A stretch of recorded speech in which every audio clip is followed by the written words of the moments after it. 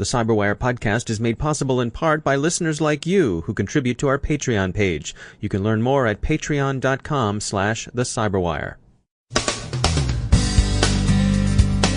Former National Security Advisor Flynn pleads guilty to lying to the FBI. Another misconfigured AWS account is found.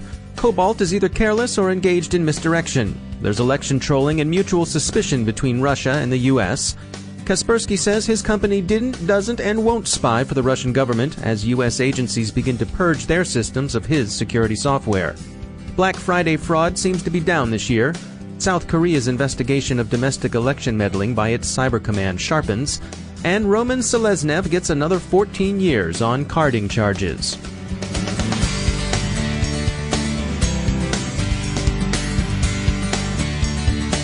Here's a quick note about our sponsor, E8 Security. We've all heard a lot about artificial intelligence and machine learning. Hey, who of a certain age doesn't know that Skynet achieved self-awareness and sent the Terminator back to take care of business?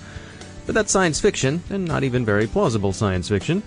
But the artificial intelligence and machine learning that E8 is talking about isn't science fiction at all. They're here today. And E8's white paper, available at e8security.com/cyberwire, can guide you through the big picture of these still emerging but already proven technologies. We all need to turn data into understanding and information into meaning. AI and machine learning can help you do that. See what they can do for you at e8security.com/cyberwire. And we thank E8 for sponsoring our show.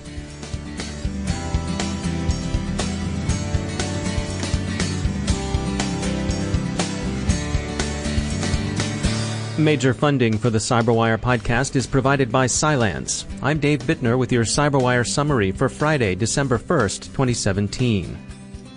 In some breaking news out of Special Counsel Robert Mueller's investigation of Russian influence operations, former National Security Advisor Michael Flynn has entered a plea of guilty to charges of lying to the FBI. The retired lieutenant general appeared this morning in a Washington federal court where he acknowledged that he was cooperating with Mueller's investigation. Flynn said he made false statements to FBI investigators about conversations he held with the Russian ambassador to the United States, Sergei Kislyak. Beyond this development, the week ends as it began with news of a misconfigured cloud account. In what's becoming a dog bites man story, or maybe even an evergreen one, another unsecured Amazon Web Services S3 bucket has been found, open online and misconfigured for public access. This one held data belonging to the National Credit Federation, the NCF, and contained some 111 gigabytes of data, much of it in the form of sensitive credit records. The Tampa-based NCF is a membership-based organization whose mission is, in their own words, quote, to help people who are currently in or have successfully come through a financial crisis take back control of their finances and credit, allowing them to achieve their financial dreams, end quote. Up to 40,000 individuals may have been affected, their data exposed, but UpGuard, which found the misconfigured bucket, says it saw no evidence anyone had actually stolen the information. The database has since been secured. The Cobalt hackers, criminals who targeted financial institutions with fish-baited malware, may have committed a misstep, bleeping computer reports. Some of their spam appears to reveal their intended targets in the most obvious place. The email's to field, as opposed to the customary BCC field you'd use if you don't want all the addresses to see one another. But there's speculation this may be misdirection, intended to send security researchers on a wild goose chase while Cobalt unobtrusively pursues its real targets. As more reports emerge of the scurrilous content of Russian election trolling in the U.S., extending to violent fantasy, Satanism, racism, and so on, it seems Russia also feels itself under threat. The Kremlin thinks it sees a coordinated U.S. campaign to turn Russia's oligarchs against their government. This is believed in Moscow to be the real goal of U.S. sanctions imposed after Russia's Green Men began their slow-motion re-engorgement of Ukraine. The tweets reporters found that could be attributed to the Internet Research Agency, a St. Petersburg troll farm, were aimed at creating mistrust, cross-currents of intergroup hatred, chaos, and an atmosphere in which U.S. institutions would be discredited in the eyes of much of the public. Eugene Kaspersky has continued to vociferously object to charges that his company, Kaspersky Lab, was engaged in spying on behalf of the FSB or any other Russian intelligence service. He said this week that if he were told to do so by any of those services, he and his company would quit Moscow. The widely credited charge that Kaspersky has cooperated with the FSB has, he said, this much foundation in truth. The FSB in Russia is responsible for investigating cybercrime. So in addition to its role in developing foreign intelligence, the FSB plays a law enforcement role in Russia, similar to the role the FBI and the Secret Service have in the United States. And Kaspersky does indeed cooperate with the authorities in the investigation of cybercrime. The company's founder says they've been the victim of an orchestrated campaign by the U.S. government to discredit them. That said, the U.S. government's ban on Kaspersky software continues. Federal agencies are reported to have completed their scans for Kaspersky security software as required by the Department of Homeland Security. About 15% of the federal agencies found the security software. They have until the 19th of this month to remove it. A quick look back at Black Friday weekend suggests good news. According to Lovation, credit card fraud appears to be down 29% from 2016. The reasons for the drop are complex, but two stand out. Brick-and-mortar retailers are benefiting from widespread adoption of chip-and-pin technology, and online retailers have taken advantage of new techniques of device intelligence to prevent fraud in transactions where the card is not physically present. The 4-day period that showed the drop in fraud ran from Black Friday through Cyber Monday. A team of investigators formed by South Korea's Ministry of Defense is said to have concluded that the Republic of Korea's Cyber Command illegitimately sought to influence 2012's domestic elections. Lyft, Uber's rival in the ride gig market, has been enjoying a good year, which many attribute in part to Uber's problems with leadership, litigation, and most recently a massive data breach. Lyft is said by TechCrunch to have tripled its revenue this year. For its part, Uber faces a rising tide of lawsuits. The city of Chicago and Cook County, Illinois, have filed suit asking for fines amounting to $10,000 a day for each violation of a consumer's privacy. Washington State has filed a consumer protection lawsuit against Uber. The state attorney general has asked for $2,000 per violation. These suits could easily amount to millions of dollars in penalties. The company also faces 2 class action suits filed in federal courts last week, one in Los Angeles, the other in San Francisco. Finally, a well-known and well-connected Russian hacker has been convicted of additional charges in a U.S. court. Roman Seleznev, son of a prominent Duma member, was nabbed in 2014 on a U.S. warrant while attempting to return from a vacation in the Maldives. He was convicted in a Seattle federal court of 38 counts related to carding and fraud and sentenced to 27 years. This week he received another 14 years, these from a federal court in Atlanta, upon conviction of 1 count of racketeering and 1 count of conspiracy to commit bank fraud. The Russian government has long denounced Seleznev's arrest as kidnapping. The U.S. calls it extradition. It's also a warning to choose your vacation spots with care. Time to share some news from our sponsor, Cylance. Cylance has integrated its artificially intelligent Cylance Protect engine into VirusTotal. You'll know VirusTotal is the free online service that analyzes files and URLs to identify viruses, worms, trojans, and the other kinds of badness antivirus engines and website scanners pick up. Well, Cylance has pledged to help VirusTotal in its mission of making the security industry more perceptive and the Internet a safer place. It's like public health for cyberspace. Free tools and services help keep everyone's risk down. Cylance sees their predictive approach to security as a contribution to the fight against cyber attacks, and they're now fully integrated as one of the analysis engines available in VirusTotal. Visit Cylance.com and look at their blog for more on their contribution to our online immune system. And we thank Cylance for sponsoring our show.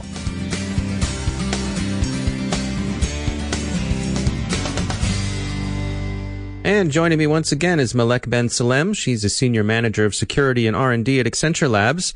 Malek, welcome back. We wanted to touch on GDPR. It's coming up next year. It'll be here before we know it. Why don't we just start off, why don't you run down some of the numbers for us?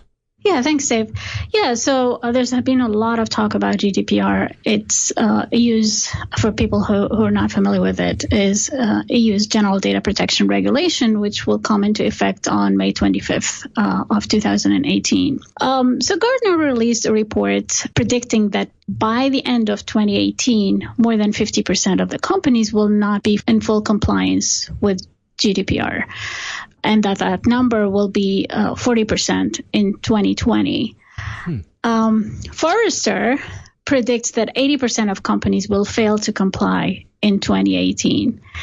And I personally think that we're probably closer to the Forrester number, meaning the 80%, as opposed to the 50% predicted by Gartner. The reason is that many companies still don't know if they need to comply or not. A survey by WatchGuard, which was reported on CyberWire before, predicted that 37% of global organizations are still unsure if they need to comply. So if you're unsure, you probably need to comply. Well, and there are some hefty fines too. So, I mean, it's in your best interest to find out. Absolutely. Yeah. It is important to find out. It's important to make that investment from a digital trust standpoint, right? So GDPR is really driven by ensuring consumers' privacy. And if you invest in it, there is an opportunity to build that trust with your clients. So you can turn this from a burden, right? All the requirements, you can turn that burden into an opportunity. So let's say the burden of identifying new categories of personal data. You can turn that into an opportunity to build more comprehensive customer profiles.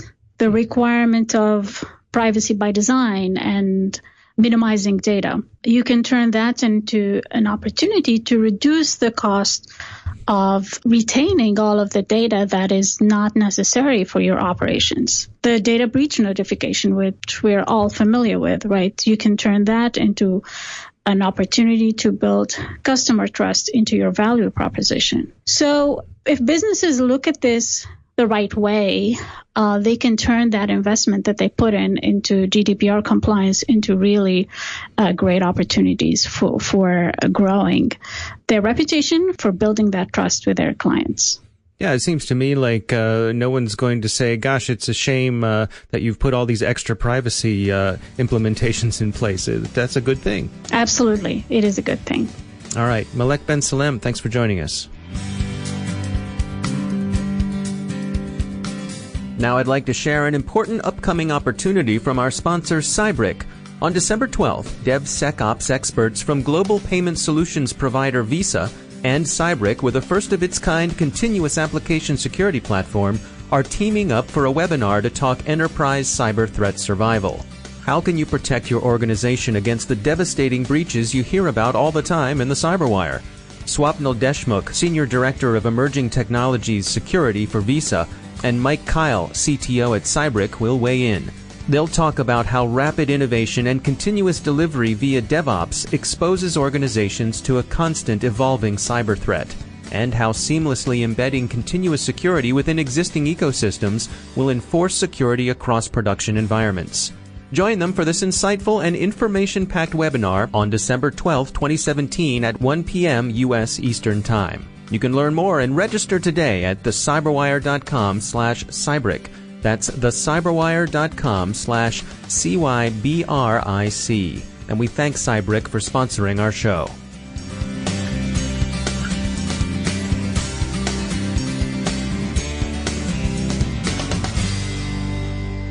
My guest today is Gary Golomb. He's the co-founder of Awake Security, a company that provides advanced security analytics. We began our conversation with a discussion about prioritization and how organizations are challenged with choosing where to allocate their money, talent, and time. Prioritization to me it's an ongoing challenge. Right? I mean, like, prioritization was something that, like, I saw companies struggling with in the very, very early 2000s, right? And we still have that exact same issue today. And I think a lot of conversations around it are very similar to what they were 15 plus years ago. And so it is true that prioritization is a challenge. However, I think a more substantial challenge that has arisen over time is regardless of how these things are prioritized, and these things are the list of things that you ultimately need to look at, right? It might be alerts, it might be, there's a lot of different terms we use for those things. It depends on the type of system you're sitting in front of.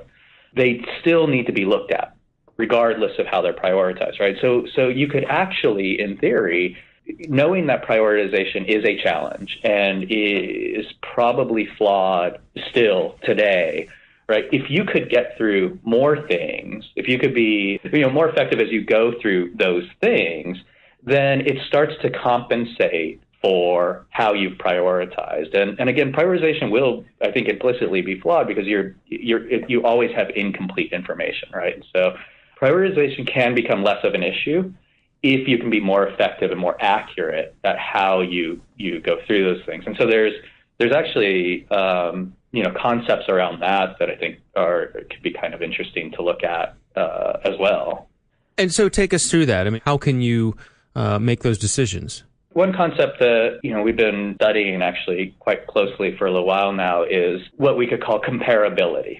When you look at, say, around the 2010 timeframe, plus minus a couple years, that puts us at the heyday of exploit kits, right, and kind of just mass compromises of endpoints.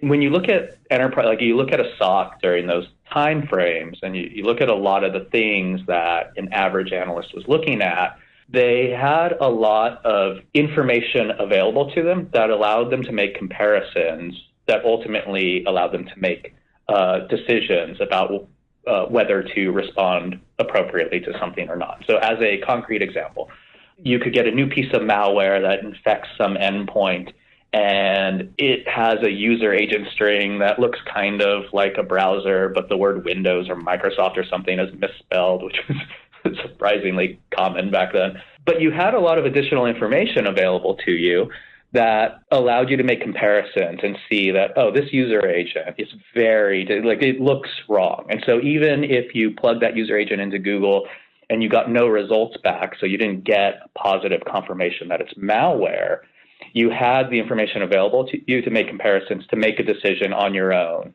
in absence of some other system or some other source telling you it was bad. And because of the way the attack surface has changed over the past, literally, I think over the past 7 years has been pretty dramatic change.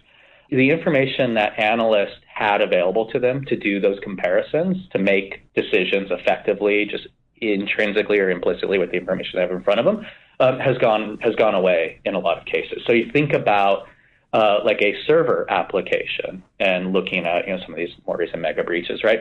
Each server is can be very different from each other. And in fact, the people who tend to know most about when you see a server and it's behaving in some particular way, and you need to decide, is this odd or is it not odd? A lot of times it's the server application developer who will know that best or can even know that in the first place, unless you start working on whether it's characterizing or bringing information to the analyst that allows them to, because they can't look at that behavior from a server and in many cases do a Google search and see if it should be acting that way or not. That's knowledge that's going to be intrinsic to the organization itself. So really filling those gaps for the analyst, that's where the buck stops. You can alert to things all day long, but if somebody can't make an effective decision about whether that should be responded to or not, right, that's you lost your chance to respond to the thing. And so anyways, comparability actually becomes a very important aspect that enables analysts to make decisions, compare to, should this be behaving this particular way, or what is business justified, if you will, in my environment. That's Gary Golomb from Awake Security. And that's the Cyberwire. Thanks to all of our sponsors for making the Cyberwire possible, especially to our sustaining sponsor, Cylance. To find out how Cylance can help protect you using artificial intelligence, visit Cylance.com. The Cyberwire podcast is proudly produced in Maryland out of the startup studios of Data Tribe, where they're co-building the next generation of cybersecurity teams and technology. Our show is produced by Pratt Street Media. Our editor is John Petrick. Social media editor is Jennifer Iben. Technical editor is Chris Russell, executive editor is Peter Kilpe, and I'm Dave Bittner. Thanks for listening.